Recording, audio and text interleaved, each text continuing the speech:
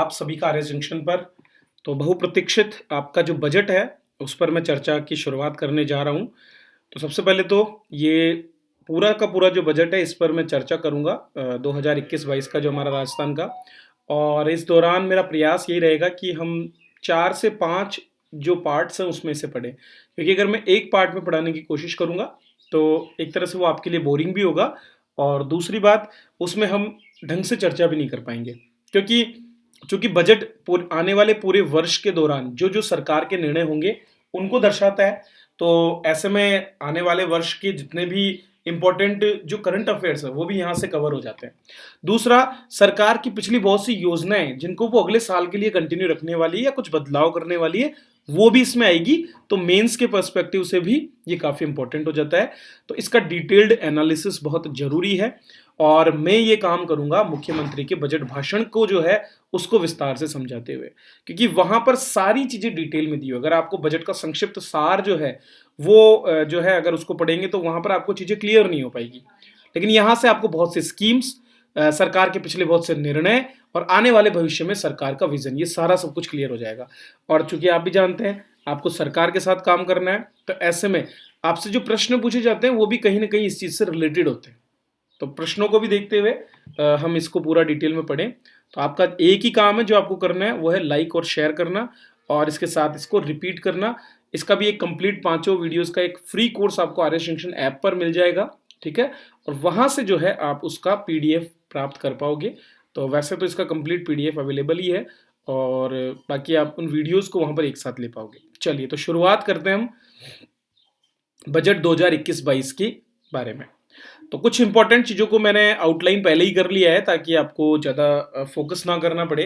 तो जैसा कि पहली सबसे चीज़ है, प्रदेश में पहली बार पेपरलेस बजट आया है, ठीक है?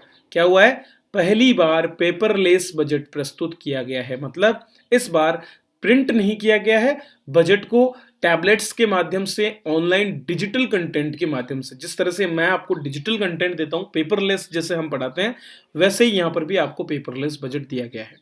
ठीक है? तो बजट प्रिंट नहीं करवाया गया है, अब की बार जो है केवल बजट को डिजिटल रखा गया। तो पहली बार 2021-22 में ऐसा हुआ है। चलिए, इसके बाद में सबसे पहला जो हमारा प्रश्न बनता है यहाँ पर, वो शुरुआत में जो सरकार ने कोरोना के बारे में किस तरह से प्रयास किए, इस पर मुख्यमंत्री ने चर्चा की। और इस दौरान एक जो है एक आपको आपने टाइटल देखा होगा लगातार, राजस्थान सतर्क है। बहुत से जो वेबसाइट्स हैं ऑनलाइन राजस्थान गवर्नमेंट की, उन पर से लेकर के और बहुत जगह पर इसको शो किया गया है। तो आपको ध्यान रखना है, राजस्थान सतर्क है, ये टाइटल है। जब राजस्थान ने कोरोना से लड़ाई अपनी शुरू की, तो इसी टाइटल के साथ में हमने प्रयास किया था। इसी तरह से नो मास्क नो एंट्री, तो ये प्रोहिबिशन करता है, कोई भी जो सरकारी कार्यालय है उसमें कोई भी व्यक्ति बिना मास्क के न जाए, ताकि कोरोना का बेहतर मैनेजमेंट हो सके। तो राजस्थान सतर्क है, यहां से पहला प्रश्न बनता है। दूसरा प्रश्न आपके लिए यहां से है, भीलवाड़ा और रामगंज मॉडल। आप सभी जानते हैं कि जब कोरोना का प्रसार होने लगा, तो उसके बाद सबसे पहले भीलवाड़ा में जो प्रयास किए गए और त्रिस्तरीय तरीके से लोगों का स्कैनिंग करके उनको अलग किया गया, वो, और बाद में रामगंज जो कि एक हब बन गया था कोरोना मरीजों का, और किस तरह से रामगंज में मरीजों की संख्या को रोका गया, ये दोनों चीजें बहुत इंपॉर्टेंट है। तो भीलवाड़ा और रामगंज मॉडल बहुत सराहा गया है। भीलवाड़ा मॉडल पर प्रश्न भी परीक्षा में आ चुका है। चलिए, इसके बाद में नेक्स्ट है जांच क्षमता। हमारे यहाँ पर जो आरटीपीसीआर जांच क्षमता, जो कोविड-19 की आरटीपीसीआर जो टेस्टिंग जो थी, जिसके अंतर्गत अब आपके आरएनए टेस्टिंग होती है, तो वो 0 से बढ़ा करके 70,000 प्रतिदिन तक कर दिया गया था।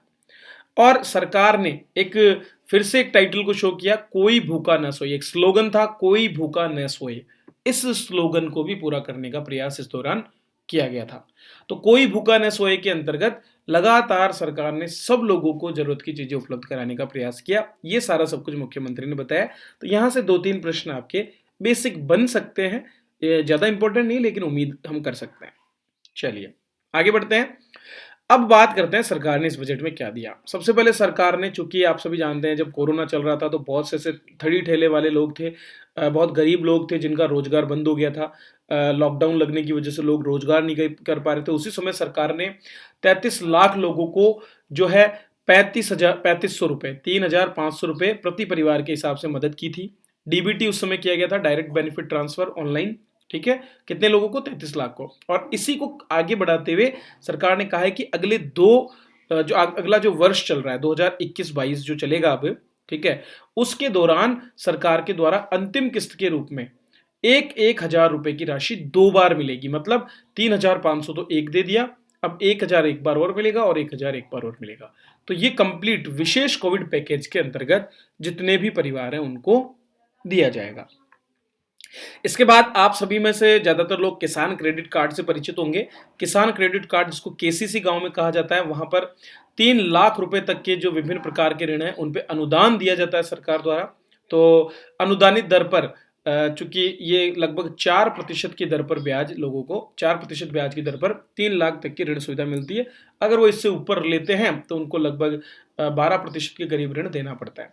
तो ये जो 3 लाख का ऋण है, ये जैसे केसीसी में मिलता है, उसी तरह से शहरी ऐसे लोग जो युवा हैं, सर्विस सेक्टर के हैं और स्ट्रीट वेंडर्स जो सड़कों में गली नुक्कड़ पे जो है अपने थड़ी ठेलों के माध्यम से घूम घूम करके चीजें बेचते हैं, उनको मनी उपलब्ध कराने के लिए इंदिरा गांधी शहरी क्रेडिट कार्ड योजना शुरू की जाएगी राजस्थान में। इस योजना में 5 लाख लोगों का चयन होगा और इनको 50,000 रुपए तक का ब्याज मुक्त ऋण उपलब्ध कराया जाएगा, जिस पर कोई ब्याज नहीं देना होगा। हालांकि वो जो रकम है वो जमा करानी पड़ेगी, लेकिन ब्याज कुछ भी नहीं लगेगा। इसके बाद लघु उद्योगों को संबल देने के लिए सरकार ने एक योजना चला रखी है जिसका नाम है मुख्यमंत्री लघु उद्योग प्रोत्साहन योजना। बहुत बड़ी योजना है और इसके अंतर्गत आगामी वर्ष में 10,000 नए उद्यमियों को भी सब्सिडी मिलेगी।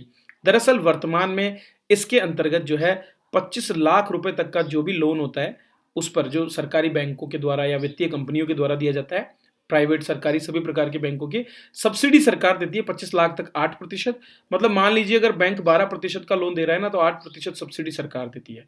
इसके बाद 2 करोड़ रुपए तक का अगर आप लोन लेते हैं तो यहाँ पर आपको 6%, और अगर 10 करोड़ तक का लोन लेते हैं तो ऐसे में आपको 5% की सब्सिडी सरकार की तरफ से ब्याज में मिलती है।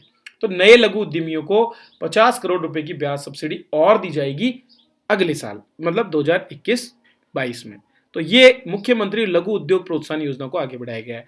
तो ये 3 कैटेगरीज है मुख्यमंत्री लघु उद्योग प्रोत्साहन योजना की, ये आपको याद रखना है। नेक्स्ट बढ़ते हैं। स्टार्टअप्स को बढ़ावा देने के लिए सरकार ने बहुत से प्रोग्राम चलाए हैं, ठीक है। भामाशाह टेक्नो हब हमारे यहाँ पर बनाया गया है। स्टार्टअप्स के लिए बहुत से मेले और सम्मेलनों का आयोजन सरकार ने किया, डिजिटल समिट्स आयोजित की है। इसी क्रम में सीड मनी के रूप में, सीड मनी मतलब एक बीज के रूप में, अगर कोई स्टार्टअप कोई आइडिया है और उसको एक वृक्ष का आकार आपको देना है, ठीक है, तो इसके लिए आपको चाहिए इसके लिए खाद बीज। तो उसी तरह से सीड मनी के रूप में 5 लाख रुपए प्रति स्टार्टअप सहायता राशि प्रोजेक्ट अप्रेजल के आधार पर बिना किसी शर्त के, without any terms, collateral free seed money के रूप में 5 लाख रुपए सरकार फिर से यहां पर देगी। तो ये तो हो गया रोजगार के बारे में सरकार के प्रयासों को लेकर के। अब सरकार शिक्षा की बात करें तो चूंकि ये साल तो पूरा बिगड़ गया है, हमारे बड़े बड़े स्टूडेंट से लेकर के छोटे छोटे बच्चों तक साल बिगड़ा है। तो ऐसे में सरकार सभी राजकीय स्कूलों को वापस से सहज करने के लिए, बच्चों को सहज करने के लिए बैक टू स्कूल नामक एक प्रोग्राम चलाएगी। और इसके अंतर्गत कक्षा 8 तक के जितने भी विद्यार्थी हैं उनको निःशुल्क यूनिफॉर्म मिलेगी, और कक्षा 6 से 8 के विद्यार्थियों के, चूंकि 5वीं कक्षा तक तो अभी भी फ्री बुक्स दी जाती है, अब कक्षा 6 से 8 के विद्यार्थियों के शैक्षिक उन्नयन हेतु संक्षिप्त पाठ्यक्रम अनुसार पूरक पाठ्य पुस्तकें मिलेगी। 8वीं कक्षा तक अभी मिल रही है, लेकिन अब क्या होगा, 6 से 8 के विद्यार्थियों को पूरक पाठ्य पुस्तकें, कॉम्प्लीमेंट्री जो है सप्लीमेंट्री पुस्तकें और दी जाएगी, पूरक पुस्तकें और दी जाएगी, जो उनकी पिछली पढ़ाई को कवर अप करने का काम करेगी। तो निःशुल्क ये पुस्तकें यहाँ पर मिलेगी कक्षा 6 से 8 के विद्यार्थियों को। महात्मा गांधी नरेगा योजना, इसमें आप सभी को मैंने पहले भी करंट अफेयर्स में पढ़ाया था कि 2020-21 के लिए 200 दिवस का अलग से रोजगार लगातार बहुत से सालों से आयोजित किया जा रहा है सहरिया, कथोड़ी और इन प्रकार की जनजातियों को। तो 2021-22 में भी सहरिया, कथोड़ी और राज्य के विशेष योग्यजन श्रमिकों को 100 दिवस के स्थान पर 200 दिवस का रोजगार मांगने पर उपलब्ध कराने की व्यवस्था फिर से की गई है। तो अगर वो 100 दिन का पूरा कर लेते हैं तो बाद में उनको अतिरिक्त रोजगार भी मिलेगा। तो ये भी इसमें कंटिन्यू रखा गया है। ये सब बहुत इंपॉर्टेंट है क्योंकि इनसे प्रश्न पूछे जा सकते हैं। नेक्स्ट बात करें तो मैं देखो छोड़ रहा हूं, बहुत सी चीजें छोड़ रहा हूं जो आपके काम की नहीं है, इसलिए हम सीधा स्ट्रेट आ जाएंगे हमारे टॉपिक्स पर। चलिए, अब सरकार लाने वाली है एक Rajasthan model of public health. मतलब राजस्थान का एक अपना तरीका, एक ऐसा मॉडल जिसको लोग पहचाने, जिसको लेकर के अन्य राज्य भी पहल करें। ऐसा ही एक मॉडल जिसको Rajasthan model of public health नाम दिया गया है, उसे लागू किया जाएगा। और जैसे राज्य में शिक्षा का अधिकार लोगों को मिल रहा है, वैसे ही अब राइट टू हेल्थ बिल भी लाया जाएगा, ताकि लोगों को स्वास्थ्य का अधिकार मिले। और जब ये बात अधिकार की हो जाती है, तो ये सबके लिए होता है, अधिकार सबके लिए है। ठीक है, तो ये मॉडल क्या करेगा? ये मॉडल तीन तरह, प्रिवेंटिव केयर, प्राइमरी केयर और क्यूरेटिव केयर को विश्व स्वास्थ्य संगठन की भावना के अनुरूप लागू करेगा। इसका मतलब समझिए, प्रिवेंटिव मतलब बीमार होने ही मत दो, रोक लो, प्रिवेंट कर लो, बचा लो। ठीक है, बीमार मत होने दो लोगों को, मतलब उनकी इम्यून पावर बढ़ाओ।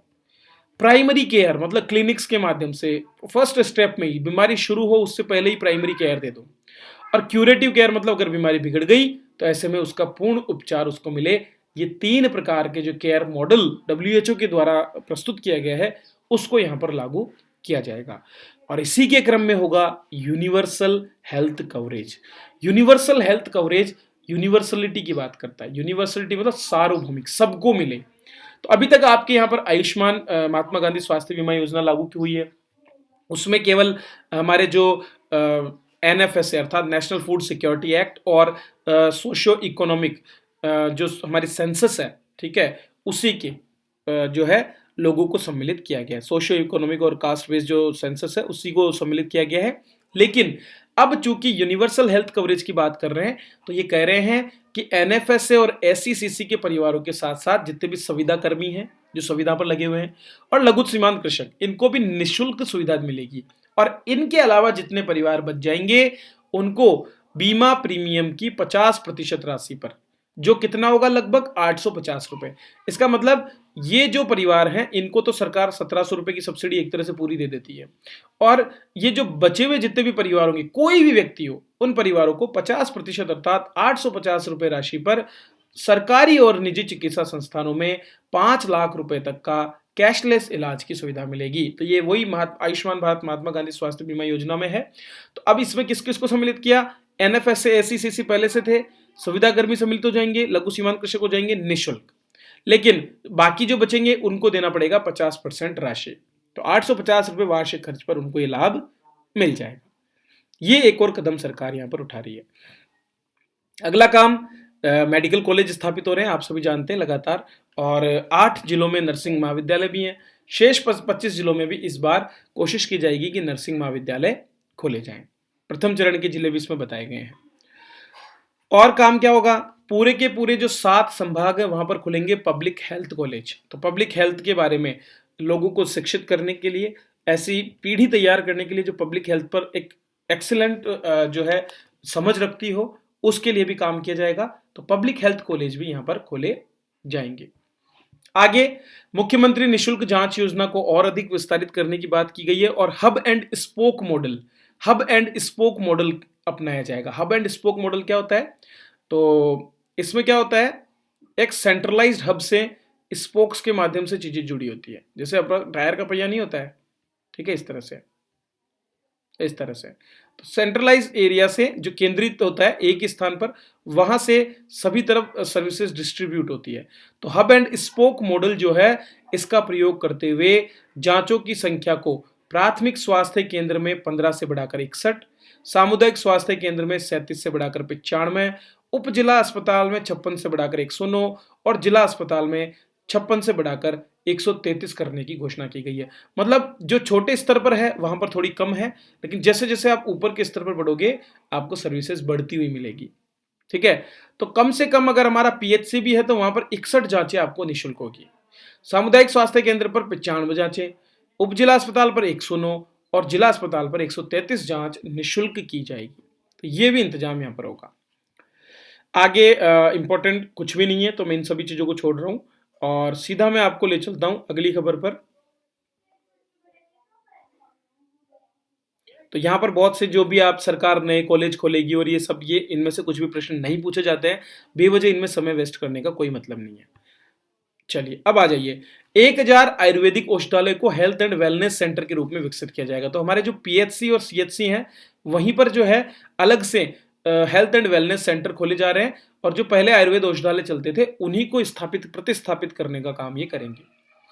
एक राजस्थान राज्य आयुष अनुसंधान केंद्र, जो हमारे जितने भी आयुष है, आयुष से जुड़ी हुई जितनी भी हमारी चिकित्सा पद्धतियां हैं, ठीक है, आयुर्वेद, यूनानी, होम्योपैथी, सिद्ध, ठीक है, इन सभी जितनी भी हमारी जो अलग अलग प्रकार की गतिविधियां हैं, उन सभी को एक्सीलेंसी लाने के लिए, उनमें और अधिक रिसर्च को बढ़ाने के लिए अजमेर में राजस्थान राज्य आयुष अनुसंधान केंद्र की स्थापना होगी। सरकार ने जो हमारे सीएचसी हैं उनको मॉडल सीएचसी बनाने के लिए जितने भी हमारे विधायक हैं उनसे ये रिक्वेस्ट की थी कि विधायक कोष से 2 वर्ष के लिए 1-1 करोड़ रुपए की राशि हेल्थ इंफ्रास्ट्रक्चर के लिए दी जाए। दरअसल विधायक कोष में 2.25 करोड़ रुपए प्रतिवर्ष मिलते हैं, इसमें से 1-1 करोड़ रुपए सीएचसी के चयन करने के बाद में उनको डेवलप करने के लिए किए जाएंगे। तो ये काम यहाँ पर, जैसे कि प्रधानमंत्री ने जो सांसद आदर्श ग्राम योजना शुरू की थी, उसी तरह से अब यहाँ पर आदर्श सीएचसी या मॉडल सीएचसी जो है उसकी योजना में 1-1 करोड़ रुपए खर्च होगा। कहाँ से? विधायक कोष से। चलिए नेक्स्ट देखते हैं। इसके बाद में इंपॉर्टेंट है, चूंकि जैसे अभी हमारे यहाँ महामारी आई है, वैसे ही उम्मीद तो नहीं करेंगे, कोशिश करेंगे कि नहीं आए, लेकिन हो सकता है कि आने वाले समय में ग्लोबल वार्मिंग के कुछ ऐसे इफेक्ट हो कि एक और कोई ऐसी बीमारी आ जाए कभी।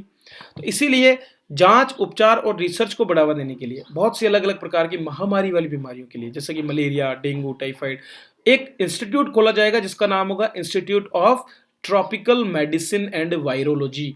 तो वायरोलॉजी जैसे कि Indian institute of virology Pune में, ठीक है, तो वैसे ही अपने यहाँ पर भी खोला जाएगा NI, National Institute of Virology कहाँ पर है? पुणे में, एनआईवी। तो उसी तरह से जयपुर में भी institute of tropical medicine and virology की स्थापना की जाएगी। इसके अलावा एक और जयपुर में 50 करोड़ की लागत का इंस्टीट्यूट ऑफ कार्डियोलॉजी, जो हृदय रोगों से जुड़े विभिन्न प्रकार के मुद्दों को देखेगा, उसकी भी स्थापना की जाएगी। चलिए आगे बढ़ते हैं। फिर से कुछ ऐसे ही बहुत सी चीजें हैं जो इंपॉर्टेंट नहीं है। हाँ, अब देखते हैं एक और नया इंस्टीट्यूट आएगा, कहां पर? जोधपुर में। जोधपुर में जो उमेद अस्पताल है वहां पर बच्चों और गर्भवती महिलाओं के लिए Umed post graduate institute of maternity and neonatology खोला जाएगा। तो नियोनेटल शिशुस को कहते हैं, जो शुरुआती बच्चे होते हैं उनको, और मैटरनिटी मातृत्वता को दर्शाता है। तो बच्चों के लिए और गर्भवती महिलाओं के लिए रिसर्च करने और उनको बेहतर जो है सुविधा उपलब्ध कराने के लिए इसकी स्थापना की जाएगी। हाल ही में जयपुर में राज्य का कैंसर इंस्टीट्यूट खोला गया है, और उसी क्रम में एक रीजनल कैंसर इंस्टीट्यूट खोला जाएगा जोधपुर में। तो ये भी कार्य यहाँ पर सरकार करेगी ताकि कैंसर के रोगियों को नियंत्रित किया जा सके। चलिए आगे बढ़ते हैं और देखते हैं। हाँ, राजस्थान आयुष नीति 2021 सरकार ने लागू की है पहली बार, ठीक है, ताकि परंपरागत चिकित्सा पद्धतियों को बढ़ावा मिले। हेल्थ एंड वेलनेस सेंटर खोले जा रहे हैं, बहुत से अन्य प्रयास किए जा रहे हैं, और इसी क्रम में जयपुर, बीकानेर, भरतपुर, अजमेर, कोटा और सीकर, इन 6 स्थानों पर इंटीग्रेटेड यूनिवर्सिटीज खोले जाएंगी, महाविद्यालय, ठीक है। इंटीग्रेटेड क्या खोले जाएंगे? सॉरी, यूनिवर्सिटी नहीं, कॉलेज। इंटीग्रेटेड कॉलेज खोले जाएंगे आयुर्वेद, योग और नेचुरोपैथी पर। तो आयुर्वेद, योग और प्राकृतिक चिकित्सा पर इंटीग्रेटेड कॉलेज खोले जाएंगे, कहां पर? जयपुर, बीकानेर, भरतपुर, अजमेर, कोटा और सीकर। उदयपुर और जोधपुर में योग और नेचुरोपैथी पर कॉलेज खोले जाएंगे। इसी तरह से अभी कल पर मैंने 2-3 दिन पहले ही पढ़ाया था आपको कि international centre of excellence in panchakarma एक विधि होती है जिसके माध्यम से शरीर की मालिश की जाती है और उससे विभिन्न प्रकार के हड्डियों के और जोड़ों के जो इलाज है उनको सही किया जाता है। तो उसी के लिए जोधपुर में डॉक्टर सर्वपल्ली राधाकृष्णन राजस्थान आयुर्वेद विश्वविद्यालय में एक पंचकर्म के लिए एक्सीलेंस सेंटर बनाया जाएगा। तो ये भी एक इंपॉर्टेंट चीज है, आपको याद रखना है कि कहां पर है सेंटर ऑफ एक्सीलेंस पंचकर्म के लिए? डॉक्टर सर्वपल्ली राधाकृष्णन विश्वविद्यालय जोधपुर में। इसके पश्चात हॉस्पिटल मैनेजमेंट कैडर एक गठित किया जाएगा, जो कि हॉस्पिटल्स में जो है विशिष्ट चिकित्सा सुविधाएं उपलब्ध कराने का काम करेगा। नेक्स्ट है एक डायरेक्टरेट, 2 डायरेक्टरेट खुलेंगे, एक महात्मा गांधी निदेशालय खुलेगा और एक डायरेक्टरेट ऑफ फूड सेफ्टी। तो पहला डायरेक्टरेट है डायरेक्टरेट ऑफ फूड सेफ्टी, ताकि फूड सेफ्टी से रिलेटेड मामलों को सीधा निदेशालय स्तर पर जो है देखा जा सके, निदेशालय स्तर पर इनको आगे बढ़ाया जा सके। तो डायरेक्टरेट ऑफ फूड सेफ्टी खोला जाएगा, ये भी इंपॉर्टेंट है। आगामी वर्ष में सिलिकोसिस प्रिवेंशन एंड रिसर्च के लिए, अब आप सभी जानते हैं कि राज्य सिलिकोसिस नीति पिछले वर्ष लागू की गई, घोषणा की गई, और अब सिलिकोसिस प्रिवेंशन और रिसर्च के लिए 5 करोड़ रुपए का प्रावधान अलग से किया जाएगा और डायरेक्ट जो है डीबीटी के माध्यम से सिलिकोसिस बीमारी के लिए दिए जाएंगे। चलिए अब सड़क सुरक्षा पर बात कर लेते हैं। इतना तो हमारा रोजगार, शिक्षा और जो चिकित्सा के क्षेत्र में प्रयास किए वो हमने देख लिए। सड़क सुरक्षा में आप देखते हैं कई लोग मर जाते हैं क्योंकि असामयिक उनकी मृत्यु हो जाती है, लोग मदद नहीं करते हैं। इसी क्रम में तमिलनाडु की तर्ज पर एक रोड मैप तैयार करते हुए जीवन रक्षक योजना शुरू की जाएगी, जहां पर कोई भी व्यक्ति यदि घायल को समय पर अस्पताल पहुंचाता है और उसका जीवन बचाता है तो उसे 5,000 रुपये और प्रशस्ति पत्र दिया जाएगा। अब किसी भी घायल का, कहीं का भी हो, किसी भी देश का हो, किसी प्रदेश का हो, उसके लिए निजी और राजकीय चिकित्सालयों में निशुल्क इलाज को भी सुनिश्चित किया जाएगा। अगर किसी का एक्सीडेंट हो जाता है तो ऐसे में उस अस्पताल की जिम्मेदारी बनेगी जहां उसको ले जाया जाता है कि वो उसका निशुल्क इलाज करे। राज्य में ट्रैफिक में जो ओवर स्पीड की वजह से बहुत से दुर्घटनाएं होती है, उसको रोकने के लिए इंटीग्रेटेड ट्रैफिक मैनेजमेंट सिस्टम भी शुरू किया जाएगा और ये पीपीपी मोड पर बनाया जाएगा। दोस्तों बीच में मैं आपको बता देना चाहता हूं कि आरएस जंक्शन प्लेटफॉर्म कमिटेड है आपको एक्सीलेंट मैटर देने के लिए और इसी क्रम में हमारी एप्लीकेशन आरएस जंक्शन जो कि प्ले स्टोर पर अवेलेबल है, उसी पर आप जो है हमारे कोर्सेज का लाभ उठा सकते हैं, हमारे करंट अफेयर्स के पीडीएफ वर्जन ले सकते हैं और इसी के साथ साथ अपनी तैयारी को बेहतर मोड में आगे बढ़ा सकते हैं। तो आज ही आरएस जंक्शन ऐप डाउनलोड जरूर करें, अगर आपने कर रखी है तो उसे रिव्यू जरूर करें। चलिए और आगे बढ़ते हैं। एक सुरक्षा कोष बनाया जाएगा, समर्पित सड़क सुरक्षा कोष, जो होगा 100 करोड़ रुपए का। तो ये भी ध्यान रखें, समर्पित सड़क सुरक्षा कोष 100 करोड़ रुपए के प्रावधान से बनाया जाएगा। फिर से कुछ छोटी छोटी चीजों को छोड़ देते हैं और आगे बढ़ते हैं विशेष प्रश्नों की ओर। इंग्लिश मीडियम स्कूल खुलेंगे कहां पर? 5,000 से अधिक आबादी वाले गांव में। तो आपको सबको पता होगा, पहले तो विवेकानंद स्कूल खोले गए थे, उसके बाद में महात्मा गांधी नाम से स्कूल खोले गए हैं इंग्लिश मीडियम के, और अब प्रत्येक 5,000 से अधिक आबादी वाले जितने भी गांव कस्बे हैं वहां पर 2 वर्षों में इंग्लिश मीडियम के स्कूल खोले जाएंगे। नेक्स्ट देखते हैं। नेक्स्ट है एक और, जैसा मैंने बताया डायरेक्टरेट के लिए, तो शांति एवं अहिंसा निदेशालय जो है वो भी खोला जाएगा। पहले प्रकोष्ठ बनाया गया था और प्रकोष्ठ को अब अपग्रेड कर दिया जाएगा। तो शांति एवं अहिंसा प्रकोष्ठ गांधी जी की 150वीं जयंती के अवसर पर गठित किया गया था, अब उसे डायरेक्टरेट बना दिया जाएगा। अब डायरेक्टरेट स्तर पर वो डेवलप कर दिया जाएगा। एक और काम जो होगा वो होगा गांधी जी के विचारों और मूल्यों के प्रसार के लिए परीक्षा का नाम है सर्वोदय विचार परीक्षा। तो बच्चे गांधी जी के विचारों को समझें, उनके मूल्यों को आत्मसात करें और लोग सौहार्द और प्रेम पूर्वक रहें, इसके लिए सर्वोदय विचार परीक्षा का आयोजन किया जाएगा। वर्ष 2019-20 में महात्मा गांधी संस्थान बनाने की घोषणा सरकार द्वारा की गई थी और एक और गांधी दर्शन म्यूजियम भी इसके साथ बनाने की घोषणा की गई थी। इसी क्रम में जो है सेंट्रल पार्क जयपुर में महात्मा गांधी संस्थान और एक जो है दर्शन म्यूजियम दोनों बनाए जाएंगे। कहां पर? जयपुर में। और एक और जो काम होगा वो होगा एक इंस्टीट्यूट का जो सामाजिक क्षेत्र में लोगों को पढ़ाए। तो Mahatma Gandhi institute of governance and social sciences भी स्थापित किया जाएगा, जहां पर बच्चे आगे रिसर्च लेवल पर पढ़ाई कर पाएंगे गांधी जी की शिक्षा के बारे में। तो ये भी, तो सेंट्रल पार्क में तो आपके महात्मा गांधी संस्थान और महात्मा गांधी दर्शन म्यूजियम बनेगा और institute of governance and social sciences बनेगा आपका जयपुर में। ठीक है, चलिए नेक्स्ट प्रश्न देखते हैं। राजा रामदेव पोद्दार राजकीय उच्च माध्यमिक विद्यालय जयपुर राजस्थान यूनिवर्सिटी के पास में है, ये विशेष विद्यालय है। इस विद्यालय को अंग्रेजी मीडियम बनाया जाएगा और फिर इसको सेंटर ऑफ एक्सीलेंस के रूप में स्थापित किया जाएगा। तो पूरे प्रदेश भर में इंग्लिश की भाषा में सेंटर ऑफ एक्सीलेंस के रूप में ये काम करेगा। टेक्नोलॉजी की एजुकेशन को आगे बढ़ाने के लिए जोधपुर में फिनटेक डिजिटल यूनिवर्सिटी स्थापित की जाएगी और Rajasthan institute of advance learning Jaipur में स्थापित किया जाएगा एज अ डीम्ड यूनिवर्सिटी। ये 2 काम बहुत इंपॉर्टेंट है। पहला, फिनटेक डिजिटल यूनिवर्सिटी जो कि बनेगी जोधपुर में और Rajasthan institute of advance learning बनेगा जयपुर में। फिर बहुत सारे कॉलेजेस की स्थापना के बारे में है, तो ये हमें नहीं पढ़ना है। आगे बढ़ते हैं। एक कार्यक्रम उद्यमिता कौशल के लिए कि बच्चे जो हैं उनमें एक तरह से एंटरप्रेन्योरशिप बढ़े, बच्चे शुरुआत से ही रोजगार लेने वाले नहीं बल्कि रोजगार देने वाले बने। इसके लिए राज्य में शैक्षिक संभाग स्तर पर 9 इनक्यूबेशन सेल स्थापित किए जाएंगे। मैंने आपको इनक्यूबेटर टर्म बताई थी हमारी करंट अफेयर्स की क्लास में। इनक्यूबेटर्स का काम होता है नए आइडियाज को बिजनेसेस में डेवलप करना, वो मदद करते हैं अलग अलग तरह से। और इसके अलावा स्कूल स्टार्टअप एक कार्यक्रम होगा जिसके माध्यम से जितने भी स्टार्टअप्स या इंक्यूबेशन सेल्स जो हैं वो विभिन्न प्रकार के स्टार्टअप्स को हब एंड स्पोक मॉडल के माध्यम से टेक्नो हब से जोड़ेंगे। चलिए आगे और ज्यादा तकनीकों के बारे में लोगों को बताने के लिए जो वर्तमान की नई तकनीकें जैसे artificial intelligence, machine learning, robotics, virtual reality, इन सभी में बच्चों को पढ़ाई को आगे बढ़ाने के लिए जयपुर में 200 करोड़ रुपए से Rajiv Gandhi Centre of Advance Technology भी बनाया जाएगा जिसका नाम होगा आरकैट। तो Rajiv Gandhi Centre for Advance Technology भी इसमें बनेगा। हमारे जितने भी विद्यालय हैं, आवासीय विद्यालय, महाविद्यालय हैं, उनमें पढ़ने वाले बच्चों को एक्सपर्ट लोगों का लाभ मिले, उसके लिए अनुभवी विशेष अनुभवी जो व्यक्ति होंगे जो सब्जेक्ट विशेष में गहन ज्ञान रखते हैं उनको एज ए गेस्ट फैकल्टी बुलाने के लिए विद्या संबल, ताकि विद्या को संबल मिले, एक बल मिले, वो काम विद्या संबल योजना में किया जाएगा। प्रदेश के बहुत से स्कूल में साइंस एंड स्पेस क्लब खोले जाएंगे जहां 6 से 12 तक के विद्यार्थी वैज्ञानिक गतिविधियों में भाग ले पाए। इसके द्वारा नासा के सहयोग से एस्ट्रॉइड खोज अभियान भी इसमें चलेगा। तो साइंस के क्षेत्र में बच्चों को आगे बढ़ाने का प्रयास ये किया जाएगा।